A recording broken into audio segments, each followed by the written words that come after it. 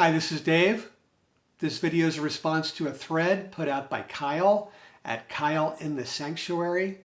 He wants us to show 10 female solo artists and to mix it up genre-wise as much as we possibly can. So one, Bobbie Gentry. She's from Chickasaw County, Mississippi. Most of you know her from the one hit song she had, Ode to Billy Joe, which was a #1 record for many weeks back in 1967. This is country pop from the late 60s, early 70s. Bobbie Gentry was the first female country artist to actually write all of her own material. She put out 7 excellent records that practically nobody heard other than Ode to Billy Joe. The highlight for me is this psychedelic Americana LP, the Delta Sweetie.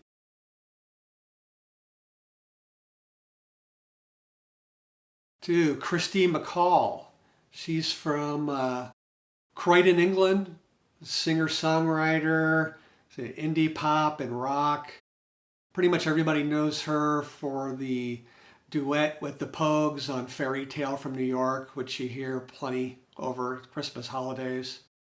She put out 5 of her own records in the 80s and 90s, and she sang on a lot of records. She was one of the most in-demand session vocalists in England during the 80s and the 90s. Fun fact, when the U2 was putting Joshua Tree together, they were struggling with the sequencing of the record, so they asked Kirsty to sequence it, and that's the version of the Joshua Tree that we all know and love.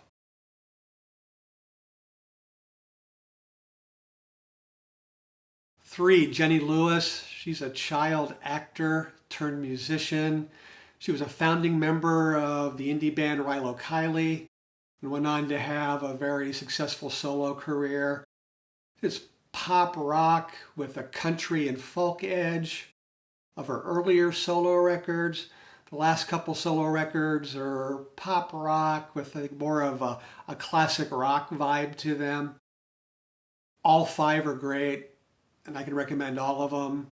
This is probably my favorite of the bunch, this more Americana-leaning record, Acid Tongue.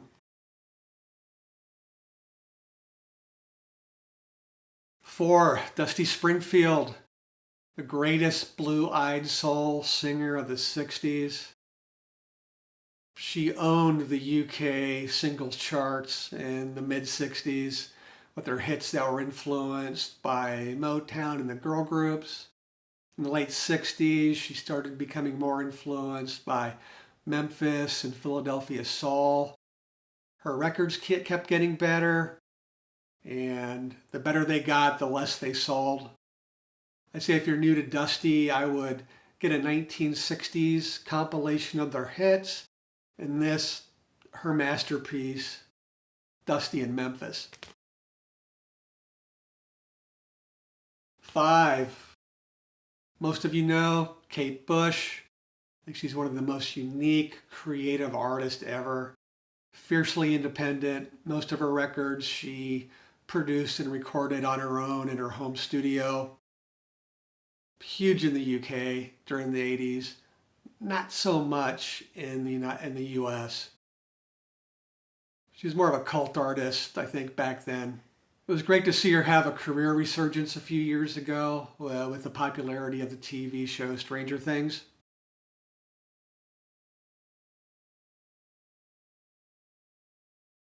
6, Francoise Hardy, pop goddess and national treasure of France. She put out over 30 records from 1962 to 2018.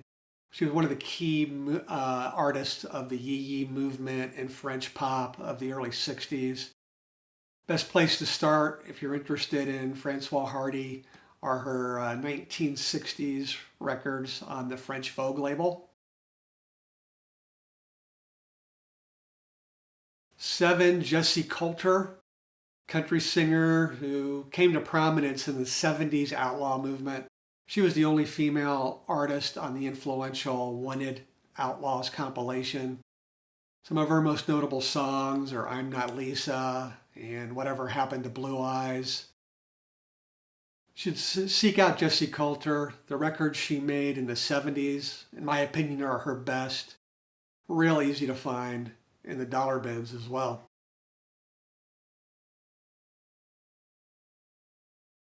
8.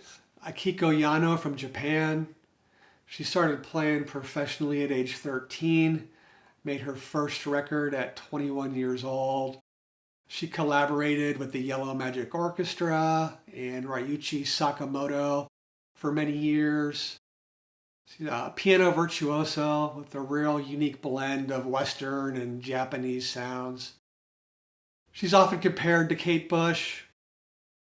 If you're interested in Akiko Yano, I would say that the album Japanese Girl, which was her first record, would be a great place to start.